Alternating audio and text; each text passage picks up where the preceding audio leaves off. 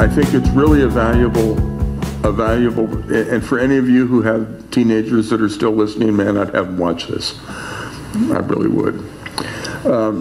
So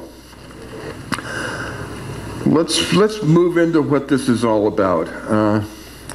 On January 10th, 2019, Representative Steve King was quoted as asking this question: white nationalists, white supremacists, Western civilization, how did that language become offensive?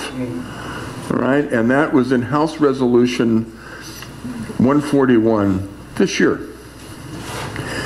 And the answer to that really is a perspective of conservative Republicans need to go back in time. And the interesting thing, we don't have to go back too far. In fact, many of us knew each other when this was happening. We have been the frog boiling in the pot all this time, wondering what the hell is really going on here. So let's go back to right after the 2012, this is, by the way, is what I call this presentation, the movement to ban free speech in American culture. So, there it is. It's in the wrong spot. White nationalists, white supremacists, Western civilization, how did that language become offensive? Ron Paul, 2012. You may recall, at that time, thousands of grassroots activists who backed Congressman Ron Paul were furious with the RNC for their blatant manipulation of primary caucuses and delegate selections. Anybody here not know about that? No. Okay, anybody here remember that? Yeah. Oh yeah. All right.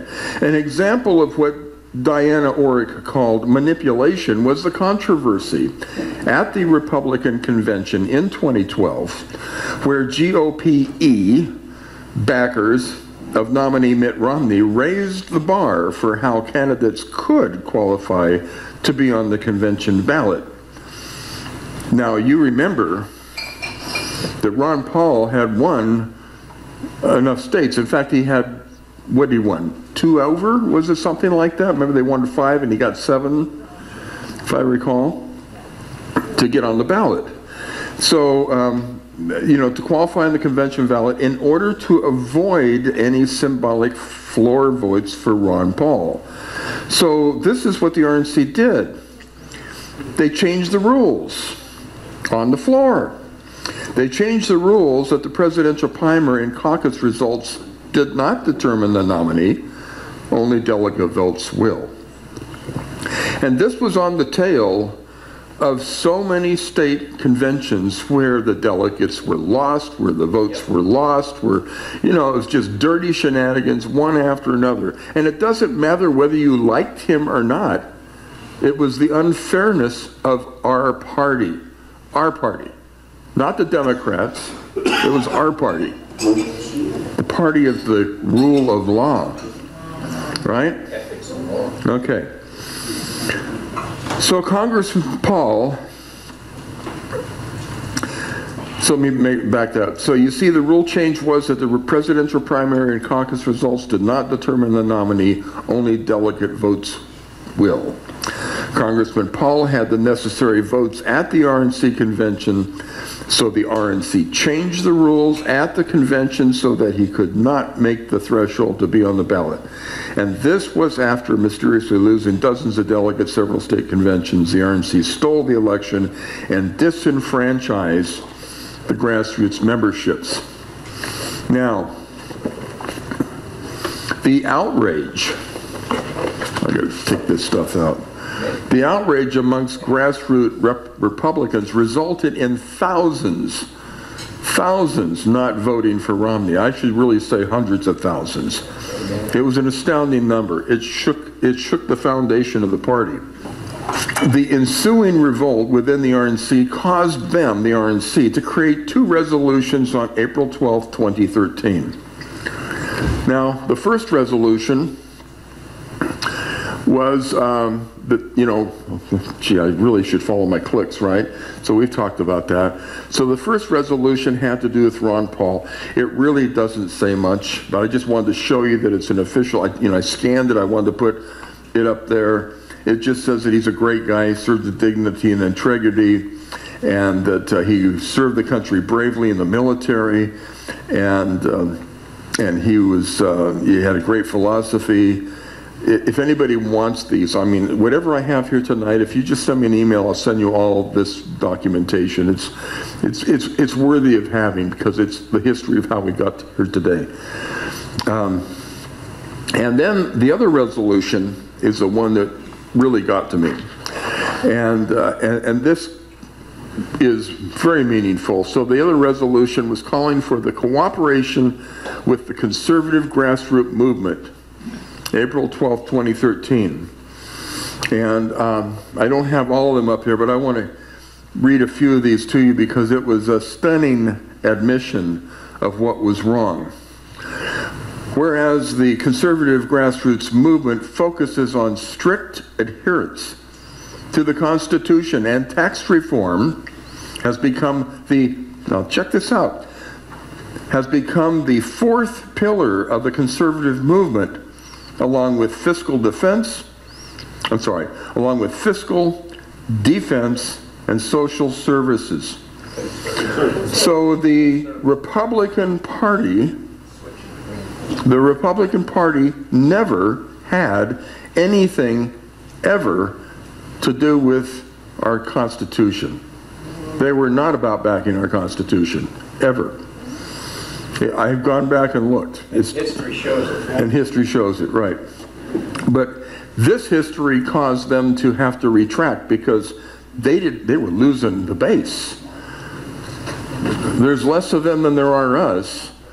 Trump knew that when he went off and ran into office and he started speaking. Who was he talking to? Truck drivers. You remember that? Remember how many people said, how come this guy's so dumb? He has to say three times in every paragraph. Yeah, because he was talking to the truck drivers. And it's not that they're stupid, it's that they got it. They drilled it in and they were on fire. Then they go on and they say, I don't want to read the whole thing, but it's whereas improved communication between the Republican Party and the conservative grassroots movement results in Republican candidates being better qualified to move the conservative agenda forward. This is the reasons why. Whereas the Republican National Committee recognizes and celebrates the essential and critical role of conservative grassroots movement plays in the advancement of conservative principles, therefore it is resolved the Republican National Committee welcomes the conservative grassroots movement's enthusiasm for conservative principles and offers assistance in helping achieve electoral and legislative victories, and be it further resolved, the Republican National Committee asserts that it is not the intent to move the party to the center, but to offer well-qualified conservative Republican candidates and support them to victory in the general election. And be it further resolved, the Republican National Committee welcomes cooperation with the conservative grassroots movement in recruiting and training well-qualified conservative Republican candidates. And be it further resolved, the Republican National Committee urges each state and county Republican Party to unite as conservative grassroots movement in recruiting and training well-qualified conservative Republican candidates. And finally, resolved, the Republican National Committee urges all Republicans to support the Republican Party's nominee. So I read this, and what do I think? How many of you saw this happen? How many of you saw this happen? You saw that happen? Absolutely. What? That they spun all this BS on you, talked down you, condescended to you, patronized you, and shoved it down your throat. I saw every bit of it. That's right. I thought you were agreeing with it. Yeah. Bruce doesn't agree. Yeah. Now, Gary. you want to know my opinion? Okay, we're going to have open mic after this, okay, but this just lit me up, Gary. Today I get a letter from Kathy Rogers trying to build her war chest for the next election and talking about how conservative she is. She's a very same congresswoman who recently voted against our president using the means that he is now using to build the wall. That's right. And, you know, it's double talk. So those were the promises. You got that? In 2012, that's 6 years ago, 7 years ago, right? And it's just, I mean, it's just stunning. It's water on the fire. I think that's what I wrote here somewhere, that these promises did not happen. It was just an attempt to throw water on the fire. It did not go out. The embers are still growing. We're here right now. The Trump movement really did that. So 3 years go by. This one moving. The 3 years go by, nothing happens. You remember those years. How many of us have been working inside the Republican Party, on the board, on the executive board, and it's just hurdle after hurdle after hurdle, and nothing's happening. So, what happens after that? 3 years later, well, those are the parts. There's what happened 3 years later, right? We got Donald Trump announced he was running for president, and everything changed. And then this was Trump in Spokane. How many were there? All right, yeah. Wasn't that a great time? That was a phenomenal event, right? Okay. And what we had there was disenfranchised conservative Americans came out of the woodwork. Truck drivers, construction workers, people from all walks of life came out to a message and a man that they believed in. And that was him here. There's our Washington state flags. And even the parched Ron Paul supporters eventually realized this was the man who could stand up and take the election away from both the DNC and the RNC. And that's critical to understand. He can take it away from both of them. There's a big machine out there. He didn't attempt to take it away from the RNC. That wouldn't have worked, but he can do it. He could make the difference.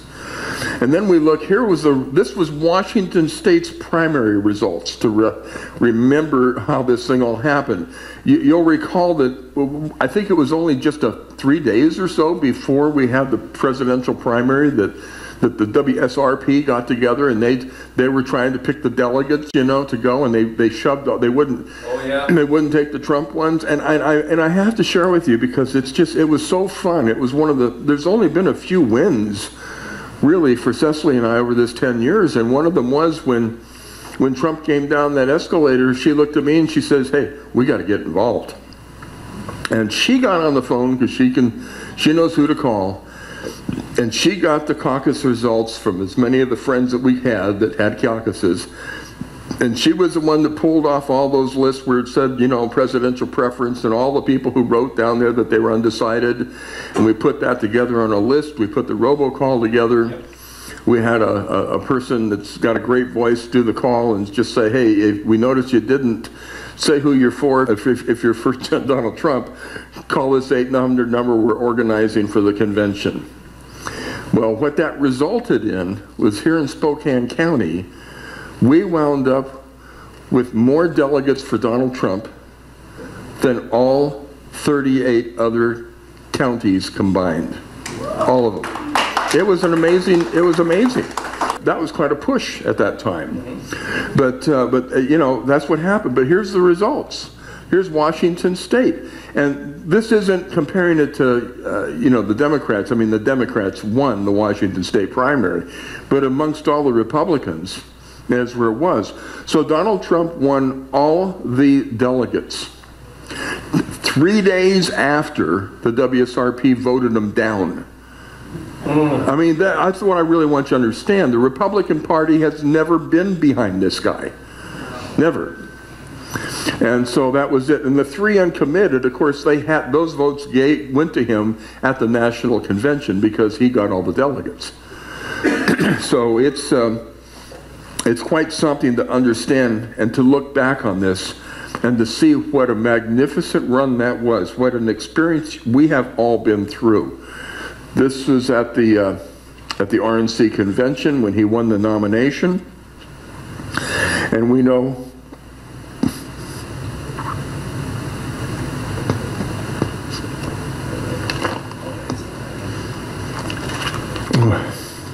Okay, cross that. So there was a lot of fights along the way. Yeah. It was a bloody mess. It was a tough fight. In November of 2015, Trump said of a protester in Birmingham, Alabama, he said, quote, "Maybe he should have been roughed up a bit because it is absolutely disgusting what he was doing." In December, the campaign urged attendees not to harm protesters, but rather to alert law enforcement officers of them by holding signs above their head and yelling, "Trump, Trump, Trump." Remember, we saw that at all the rallies, right? And Trump has been criticized for additional instances of fomenting an atmosphere where conducive to violence through many of his comments. For example, Trump trolled a crowd in Cedar Rapids, Iowa, that he would pay their legal fees if they punched a protester. Remember that? Yeah. The media would use such quotes by the president to prove how he was a bully and full of hate. He was from Bronx. That's different. They were trying to, and here's what the media's been doing. This is the point of this. They've been setting up this new moral foundation regarding hate and hate speech. It's just crazy. But this is the steps that have been happening. So the next thing is that Trump wins. That was a great night. Yeah. That was a great night. That was an amazing night. Yeah. And I got to tell you, as much as people think Pence is not on his side, he hasn't been against him anywhere at all. It's pretty amazing. Then this was the inauguration. And I will tell you that, I don't know how to use this thing. I got to learn how to use it, huh? I bought it for Cecily. But right up here is the very scowling face of Kathy McMorris Rodgers. In this, the hatred of the establishment toward what was happening here was just stunning. Absolutely stunning. But they love the grassroots, Yeah. right? Oh, they do. So, President Trump immediately, in fact, when he finished speaking there, when he went into the Oval Office, the very first thing he did was sign his application to run in 2020. That was the first thing he did. I mean, it was like burning the ships. You know what I'm saying? You know the story. That's what he did. And then he started pushing back with all these executive orders. So that's what, I should show that. Isn't that an amazing shot? This was the camera that was a CNN gigapixel camera. And gigapixel, it's so huge, and you can zoom in on any face there and get as close as you and I are right now. It's just an amazing, amazing technology that was there. So here he is in the office, signing away. One of his first actions was he put an end to TPP, and then he rolled back the Obama Affordable Care Act. And of course that's been fought all the way back, but he's just been pushing and pushing. And so they had all this negative stuff going around him, and he just kept getting stuff done. The protesters were expressed opposition to anything Trump did, his campaign, his electoral win, his inauguration, his family, his lifestyle, anything and everything. Some protests have taken the form of walkouts, business closures, petitions, as well as rallies, demonstrations, and marches. And while most protests have been peaceful, some protesters have been criminally charged with rioting. This is the Women's March that was the day after the inauguration. And it was huge. I mean, you could have bought stock in the companies that were making pink pussycats hats. It was huge. The largest organized protest against Trump was the day after the inauguration. Millions protested on January 21st, 2017 during the Women's March, making it the largest single-day protest in the history of the United States.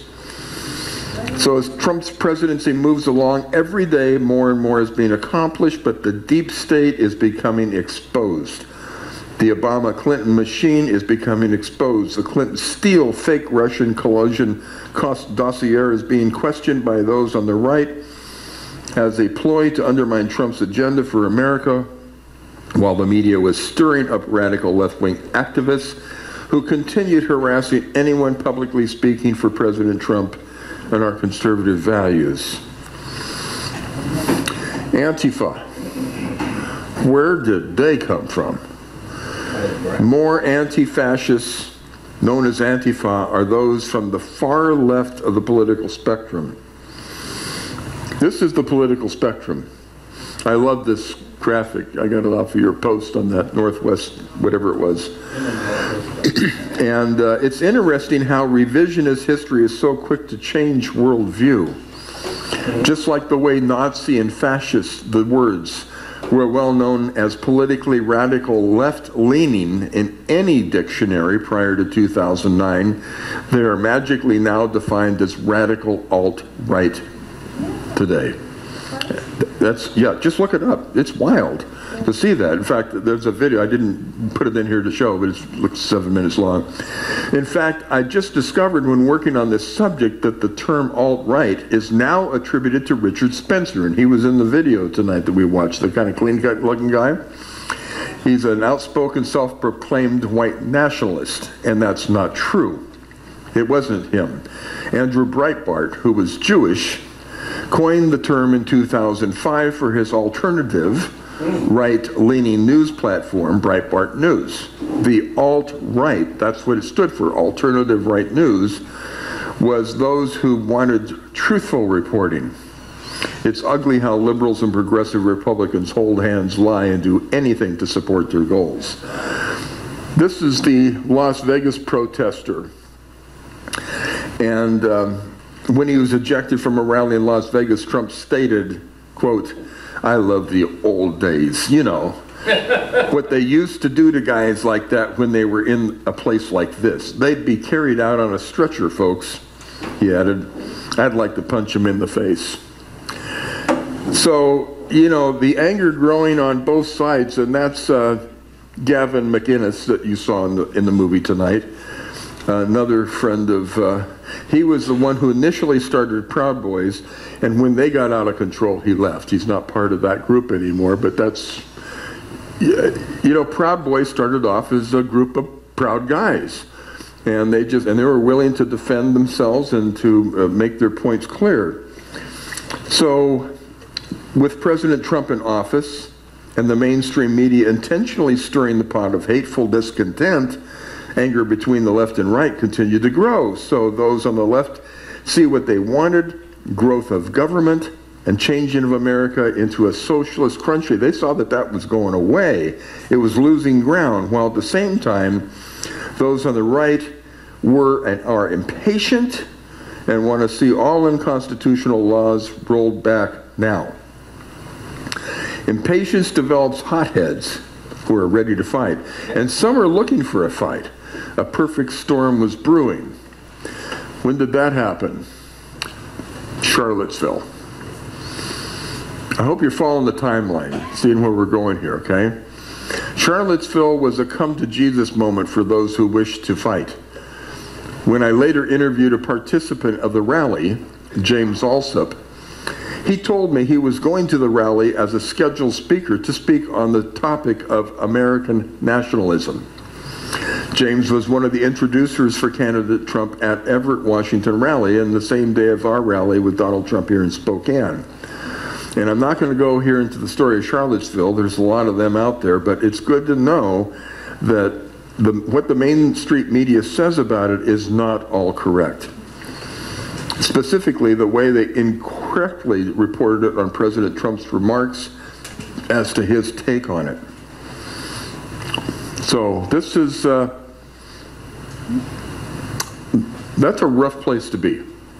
That's a rough place to be. That guy's swinging a bat here, flying at him. It's a rough place to be. On August 15th, 2017, President Donald Trump held a press conference to discuss an executive order he had signed on infrastructure permitting infrastructure. What he was talking about, right? Reporters shortly began asking questions about Trump's initial response to violent protests in Charlottesville. It was at this press conference that Trump said that you also had people that were very fine people on both sides. His comments were straightforward and correct. He did not approve of neo-Nazis or white nationalists. He said that there were fine people on both sides. He also said that both sides had people coming at each other with clubs. That's pretty apparent. And Charlottesville was an emotional event. These people came from all over the country with their intention of surrounding Thomas Jefferson's statue and protecting Robert E. Lee's statue and not letting them be torn down as a way of muting that speech and that history. This is a short excerpt in context of what President Trump said to that reporter. The reporter said, "Mr. President, are you putting what you're calling the alt-left and white supremacists on the same moral plane?" Trump, I'm not putting anybody on a moral plane. What I'm saying is this. You had a group on one side and you had a group on the other side, and they came at each other with clubs. And it was a vicious and it was horrible. And it was a horrible thing to watch. But there is another side. There was a group on this side. You can call them the left. You just called them the left. They came violently attacking the other group. So you can say what you want, but that's the way it is. Reporter, but both sides, sir, you said there was hatred, there's violence on both sides. And Trump says, yes, I think there's blame on both sides. If you look at both sides, I think there's blame on both sides, and I have no doubt about it, and you don't have any doubt about it either. And if you reported it accurately, you would say so. Yeah? And the reporter says the neo-Nazis started this. They showed up in Charlottesville to protest, and he says, excuse me, they didn't put themselves there, and you had some very bad people in that group. But you also had people that were very fine people on both sides. You had people in that group, excuse me, I saw the same pictures you did. You had people in that group that were there to protest the taking down of, to them, a very, very important statue and the renaming of a park from Robert E. Lee to another name. And the reporter says, George Washington and Robert E. Lee are not the same. And Trump says, George Washington was a slave owner. Was George Washington a slave owner? So, will George Washington now lose his statues? Are we going to take down, and they got interrupted again, said, excuse me, he says, are we going to take down statues of George Washington? How about Thomas Jefferson? What do you think of Thomas Jefferson? You like him? The reporter, I love Thomas Jefferson. Trump, okay, good. Are we going to take down statues because he was a major slave owner? Now, are we going to take down his statue? So, you know, he says, you know what? It's fine. You're changing history. You're changing culture. And you had people, and I'm not talking about neo-Nazis and white nationalists, because they should be condemned totally. But you had many people in that group other than neo-Nazis and white nationalists, okay? And the press treated them absolutely unfairly. But the media is selective in what they take and use against him and us. Conservative Americans who love our country and our constitutional right. I have the links here if you'd love, write to me and I'll send this to you, the links where you can hear him speaking and the full text of that interview. Now here's the interesting part. This is what we get beat up with all the time. Okay, we got this Nazi flag, an actor, racist. This is the name of the thing. Now, what I want you to know is there's not one person with a Nazi flag at Charlottesville who's been identified as to who they are. Not one. Wow. Not one. And there weren't that many. There were not that many. And so, from the article here, Alex Jones was in Newsweek. And he said, I mean, quite frankly, and I've been to these events, a lot of KKK guys and their hats off, they look just like the cast of Seinfeld. He says literally, they're just Jewish actors. Nothing against Jews in general, but they are leftist Jews that want to create the clash, and they go dressed up as Nazis. Jones also showed footage in this report of an 18 years before of his protesting the KKK, who he claimed later turned out to be federal agents. Okay? And another source that is actually really revealing on this is one that, you know, I've been finding them to be more and more honest all the time because they got caught so many times, and that's Snoops. And so Snoops has a very interesting story about this. The title was a crowd hire company involved in the protests against the white supremacist rally. So I've got a few paragraphs that are short that are underlined here. So on August 14, 2017, remember the rally was on the 12th, so they start this article talking about on the 14th, okay? It says a Craigslist job advertisement began to be spread on social media and chat forums like Reddit and 4chan. The ad, which had appeared a week earlier, see how they do that sneakily? So that was on August 7th. That's when the ad came out. Not on the 14th, on the 7th. Appeared to offer $25 an hour to applicants willing to form part of a crowd for events in Charlottesville. Crowds on Demand, that's the name of the company, a Los Angeles-based public relations firm specializing in innovative events, is looking for enthusiastic actors and photographers in the Charlotte, North Carolina to participate in our events. Our events include everything from rallies to protests to corporate PR stunts and celebrity scenes.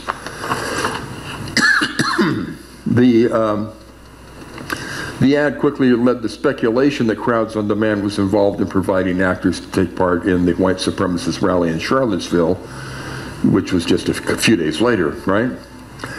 And so the CEO was asked about this. The company CEO, Adam Swart, denied any involvement in the rally and counter-protests in Charlottesville, but did not rule out the possibility of events and other events.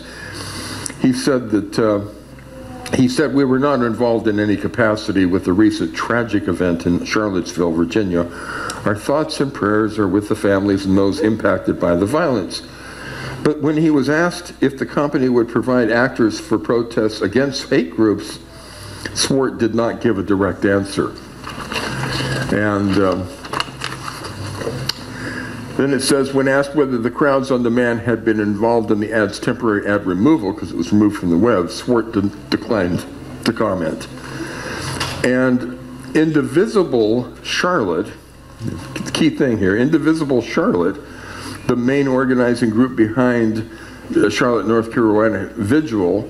Now, this is the same Indivisible as that we have here in Spokane, Indivisible Spokane, who's supported by Spokane Valley Council member Brandy Peets. In fact, I don't have the proof of this, but I understand that Gene Strunk, how do you? Strunk. He called and said that he has seen that documentation that her and the other co-guy started the group. So it wasn't just that she went there and spoke, but she was the one that helped start it, according to Gene. Okay. But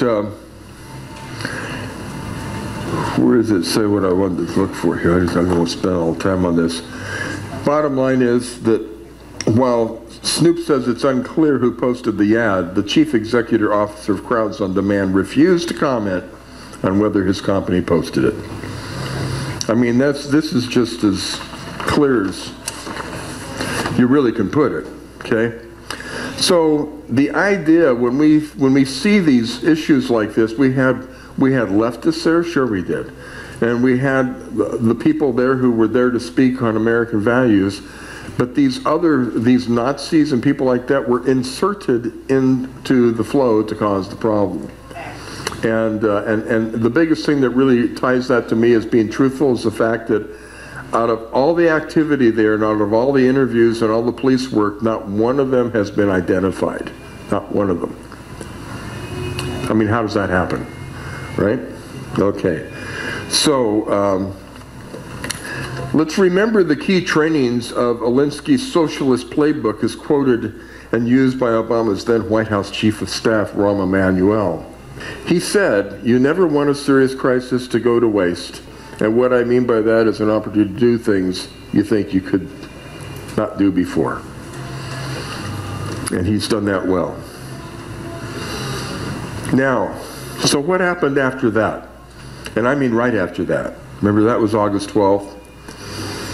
So, on August 23rd, same year, same month, there was an RNC event in Tennessee, Knoxville, Tennessee. It's a summer meeting. And on that event, between August 23rd and August 26th, the RNC met in Nashville, Tennessee. Part of their agenda was to deal with the white supremacy issue. And before getting to what they actually said and resolved, let's look at the actual definition of white supremacist from the Merriam-Webster dictionary. So here it is. It says, a person who believes that the white race is better than all other races and should have control over all other races. That's the definition. Got it? Okay. So here's the part that personally I really don't like at all, and should have control over other races. Okay, so we got that. That I've identified in the definition of white supremacy. There's two issues. So one was being inherently superior, and the second was white people should have control over other people and other races. Well, so realistically, my opinion, one should be proud of their culture. That's what identitarians are all about, by the way. They're proud of their culture. Their way of life, not to feel right, to be superior and have a right to control other people or other laws. And you see, the RNC used a false narrative to use the term white supremacist, to use it to shout down free speech. That's what they've literally done with this thing. They've taken that and used it that way. We go back to that Steve King quote, which we'll hit again, but that's it. So here's the RNC resolution that came out of Charlottesville. And this is, there's two sections to it here. So the light green, now can you see the colors? Yeah. So the light green is specific to them as to what they were looking for. The body of it down here was used in the WSRP, the Washington State Republican Party, because they ratified this and they made that theirs, or I should say ours, for Washington State. And in that, so here's the green one, which says that the Republican Party is unified in the revulsion of the abhorrent white supremacist demonstration in Charlottesville that led to the loss of life, blah, blah, blah.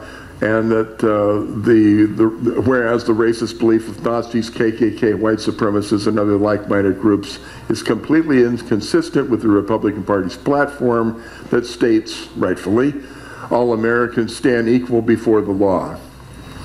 And their racist agenda has no place in the United States. And whereas we recall that the Republican Party was founded in the struggle against slavery and rejection of the radical beliefs underlying the institution of slavery.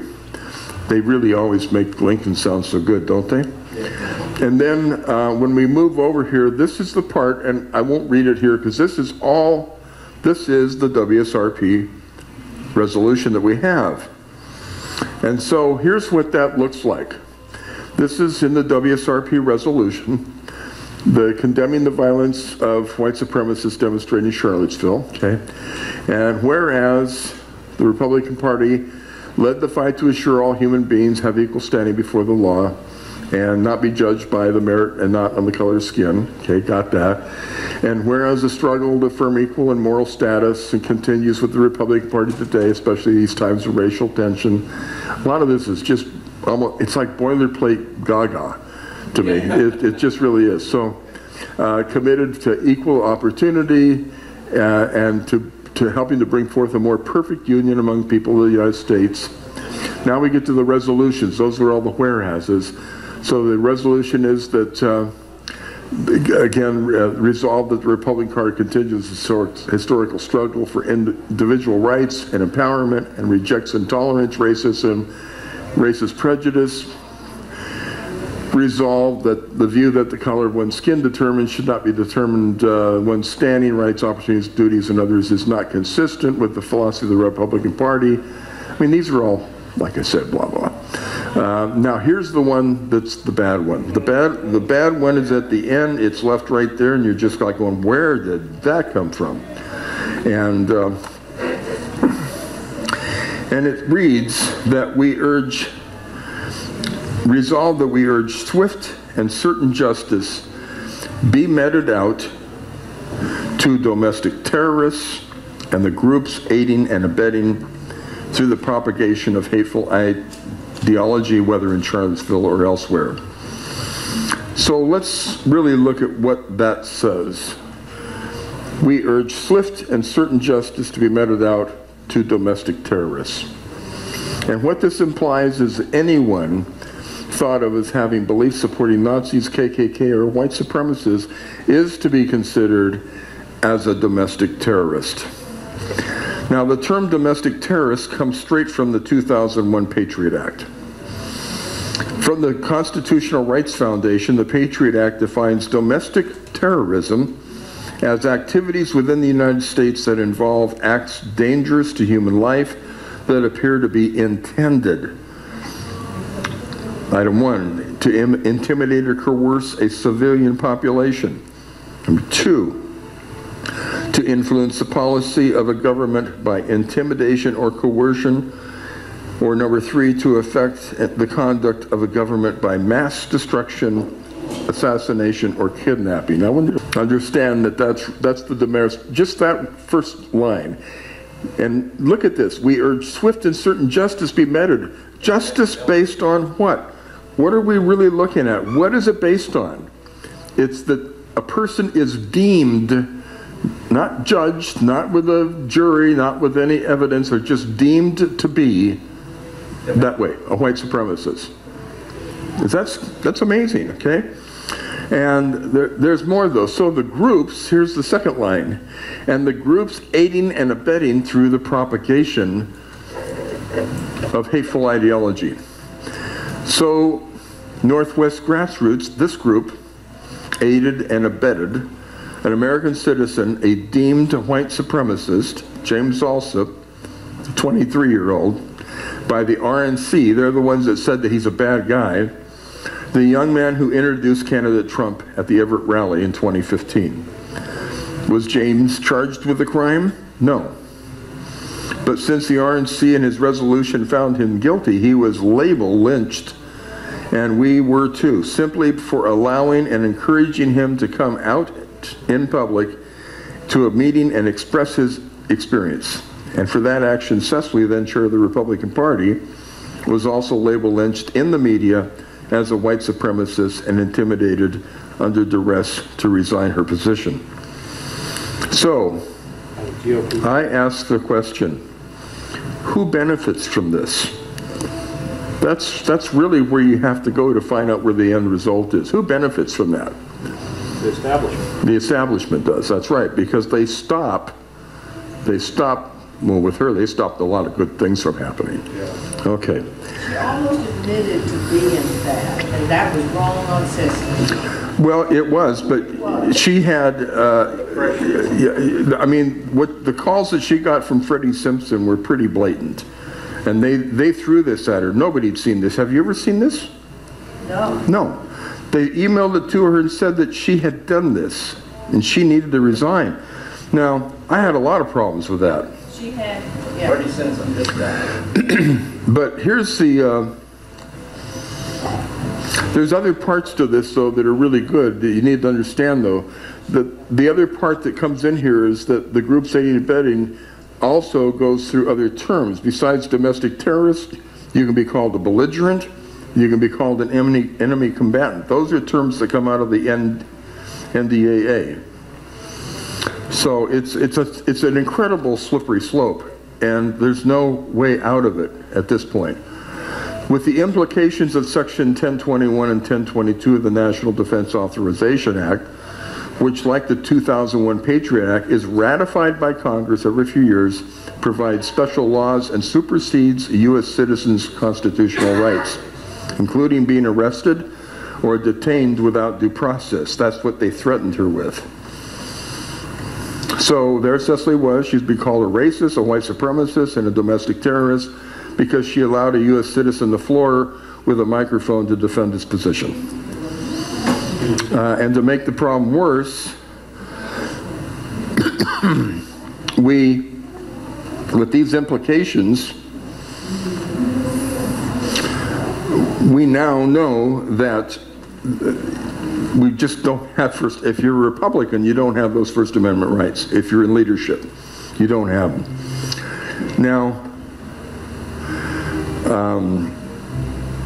when we look at the First Amendment, what does it say?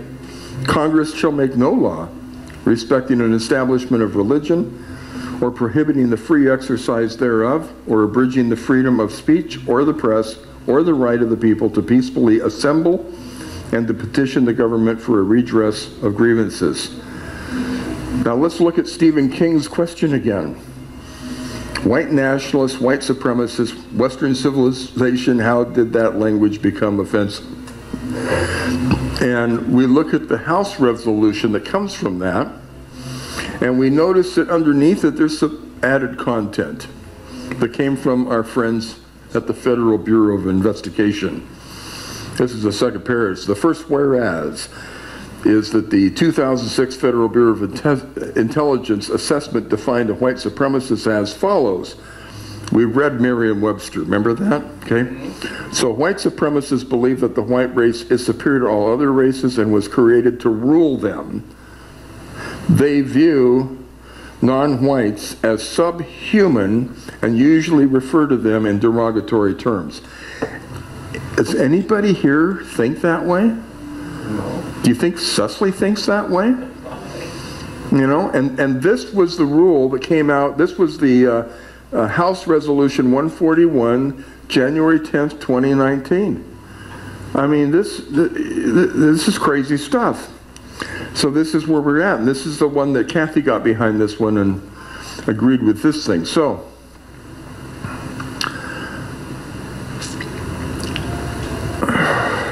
I looked at the platform because this was starting to really irk me. And I searched that platform, all 66 pages, looking for anything pertaining to the key words that are used in the resolution, and I found these results. For the word hate, there's one time it's used. We pledge, do I put that in there? Yeah, okay. We pledge to protect those business owners who have been subjected to hate campaigns, threats, and violence, and other attempts to deny their civil rights. That's it. KKK, 66 pages, no. Not one time. Nazi, not one time. Racist, not one time. White supremacists, not one time. White is only found in reference to White House and women in white from Cuba. 2 phrases in 66 pages.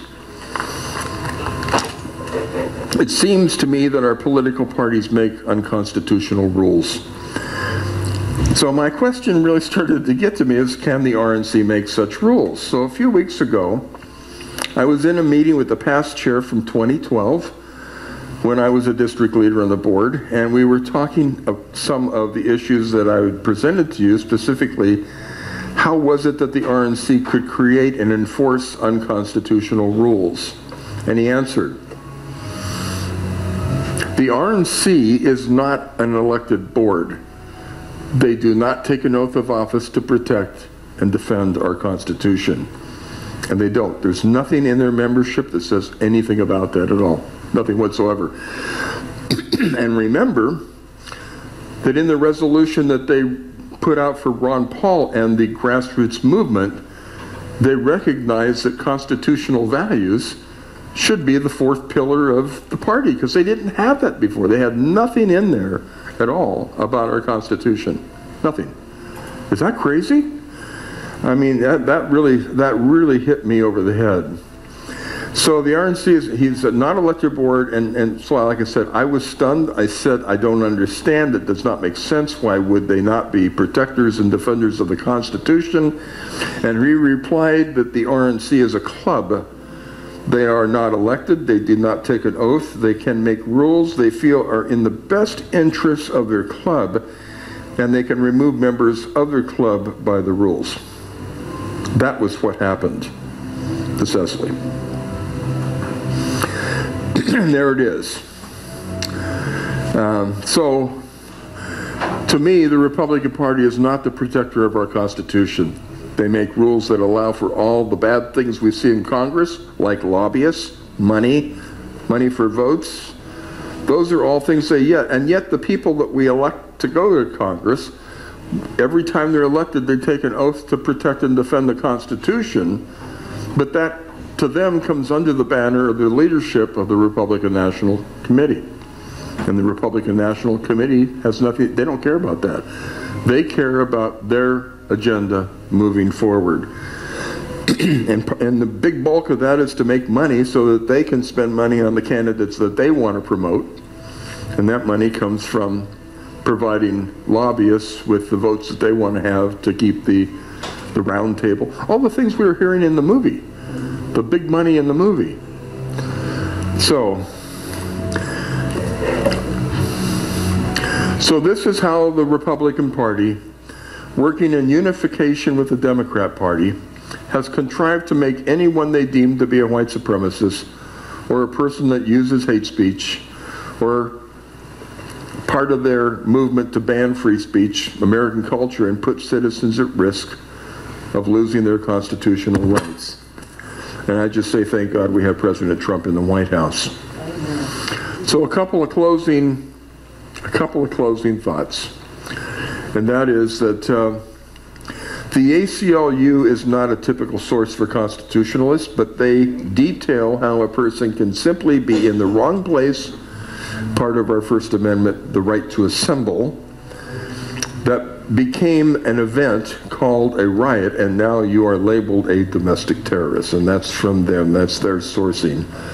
And then the last comment was Andrew Breitbart, who defined political correctness as the rigging of politics using different rules for different groups and buttressed by the media ensures that Democrats always have the upper hand. And I ask again, who benefits from that? And that's my presentation. So that's it. Good job, Mike. And thank you. Yeah.